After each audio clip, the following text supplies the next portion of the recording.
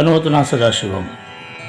विश्व संस्कृति में एक ही पात्र ऐसा है जो विश्व भर में व्यापक है, जिसे भारत ही मर्यादा पुरुषोत्तम नहीं कहता, संपूर्ण विश्व जिसे मर्यादा पुरुषोत्तम मानता है, स्वीकार करता है, और जिस पात्र पर सर्वाधिक लेखन हुआ। विश्व की शायद ही कोई ऐसी भाषा है जिसमें मर्यादा पुरुषोत्तम भगवान श्री राम का चरित्र गाया ना गया हो। भारत से लेकर संपूर्ण एशिया महाद्वीप और आज पूरे विश्व भर के कथा साहित्य में भगवान श्री राम का उज्जवल चरित्र आपको मिल जाएगा। और इसीलिए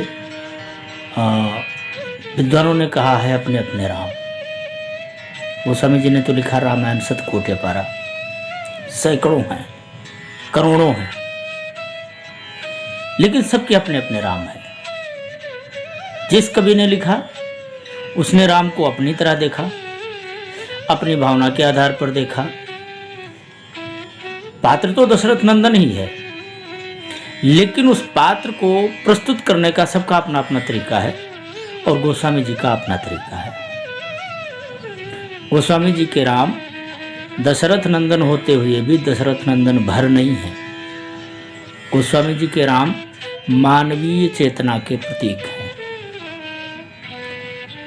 आज हम नवरात्र के पूर्णाहुति दिवस पर पहुंच चुके हैं। अष्टधा प्रकृति से युक्त यह नवद्वारात्मक शरीर अयोध्या है या फिर लंका है। शरीर एक दुर्ग है जिसकी अधिष्ठात्री भगवती दुर्गा है, शक्ति है।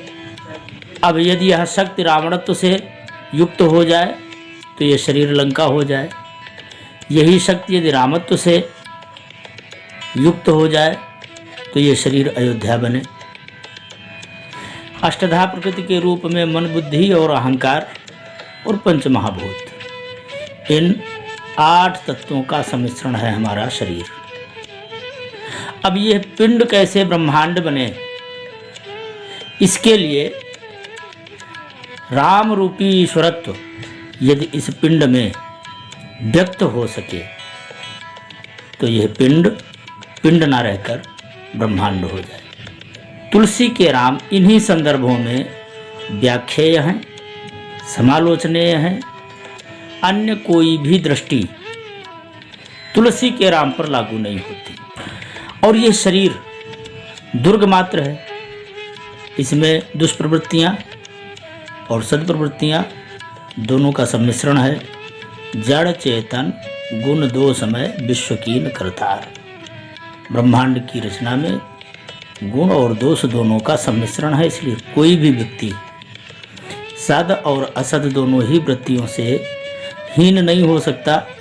जिसमें सद्वृत्ति है उसमें असद्वृत्ति भी अवश्य होगी, जिसमें असद्वृत्ति है उसमें सद्वृत्ति भी अवश्य होगी।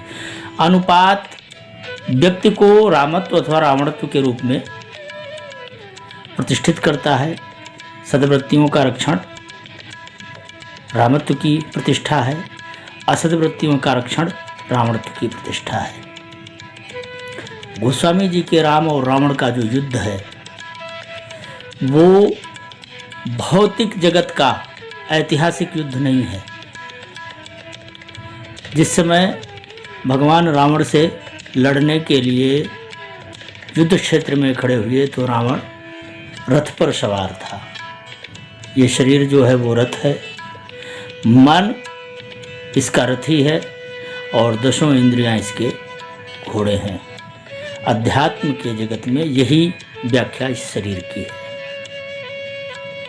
रावण मन रूपी सत्ता का प्रतीक है, विषय भोगों में रत रहने का प्रतीक है और वो 10 इंद्रियों से विषयों का भोग करता है, इसीलिए वो रावण है। और यदि यह मन दमित हो जाए तो चेतना तत्व ही बचे। इंद्रियों का निर्विषय होना माने मन का स्वतः विनष्ट हो जाना। मन का संयम राम और रावण के युद्ध के रूप में है। विभीषण को ये हुआ कि भाई रावण तो रथ पर है और भगवान तो पैदल है, ये संतुलन कुछ ठीक नहीं है। रावण रथी बिरथ रघुवीरा, देख विभीषण भय वो धीरा।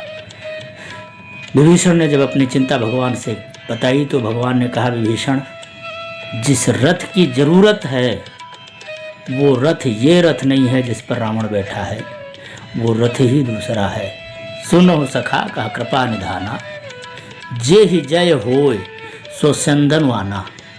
वो रथ ही दूसरा है जिससे विजय मिलती है। विजय किससे? इस अंतः जगत में, इस शरीर रूपी रण क्षेत्र में जिस सद्वृत्ति और असद्वृत्तियों के बीच का जो संग्राम चल रहा है, उसमें विजय पाने के लिए मन से युक्त इंद्रिय रूपी रथ नहीं चाहिए। यदि इस शरीर रूपी संग्राम से विजय पानी है, विश्व का सम्राट बनना है, इस शरीर रूपी अखंड विश्व का सम्राट बनना है, स्वयं ब्रह्मरूप हो जाना है, तो भगवान कहते हैं कि वो रथ दूसरा है। और उस रथ की व्याख्या गोस्वामी जी करते हैं कि भगवान ने रथ किसे कहा। भगवान ने कहा, विभीषण मैं उस रथ की बात कर रहा हूँ जिस रथ के पहिए शौर्य और धैर्य से निर्मित हैं। सौरभ धीरज ते ही रथ चाका, सत्यशील दृढ़ ध्वजा पताका। जिसके पहिए शौर्य और धैर्य हों, सत्य और शील अर्थात सदाचार, जिस रथ की पहचान हो, बल विवेक दम परहित घोड़े। इंद्रिय रूपी घोड़े नहीं चाहिए, 10 घोड़ों वाला रथ नहीं चाहिए, 10 आननों वाला व्यक्तित्व नहीं चाहिए। बल विवेक दम परहित, ये 4 घोड़े जिसमें जुटे हुए हैं, अर्थात 4 वृत्तियों से युक्त जो अंतःकरण है, मूढ़ता नहीं है। चित्त की मूढ़ता ही एक व्यक्ति को इस संसार में विषयी बनाकर उसका पतन करा देती है। क्षमा कृपा समता रज जोरे, ये क्षमा कृपा और समता रूपी रस्सी से जिन घोड़ों को बांधा गया हो, और इस पर रथी कौन हो? मन नहीं, चित्त वृत्तियों से विमूढ़, इंद्रियों के विषयों से विमूढ़ मन नहीं, जिस पर ईश भजन सारथी सुजाना। अब भज सेवायाम धातु है। भजन का अर्थ गाना नहीं होता, भजन का अर्थ मंत्र जप नहीं होता, भजन का अर्थ चरित्र गायन नहीं होता। भजन शब्द का अर्थ होता है ईश्वरत्व की सेवा। ईश्वरत्व का मतलब है स्वयं पर विजय प्राप्त करने की सामर्थ्य। तो मन नहीं, चेतना चाहिए। ईश्वर माने चेतना।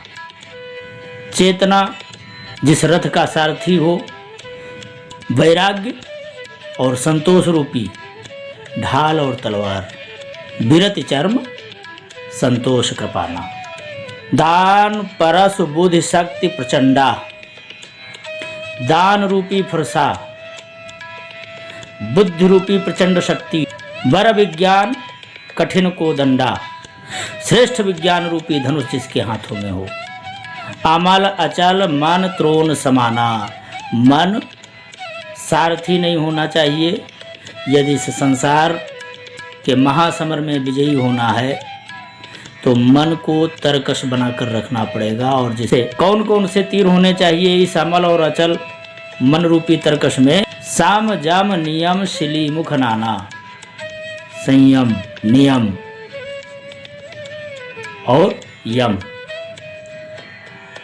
इस तरह के अस्त्र शस्त्र जिस मन रूपी तरकश में होंगे, जो कवच हो उस व्यक्ति का, कवच अभेद विप्र गुरु पूजा। विप्रों का, वेद पाठी ब्राह्मणों और गुरुओं का की पूजा रूपी कवच से जो आच्छादित होगा, बस वही विजयी होगा इस संसार समर में, इस संसार के महासंग्राम में। वही विजयी होगा, वही लंका का विध्वंस करेगा और वही शरीर अष्टचक्रा नवद्वारा तत्रापुर अयोध्या, वो शरीर ही अयोध्या बनेगा। उस शरीर में विशुद्ध चेतना रूपी राम का साम्राज्य होगा, साम्राज्य होगा।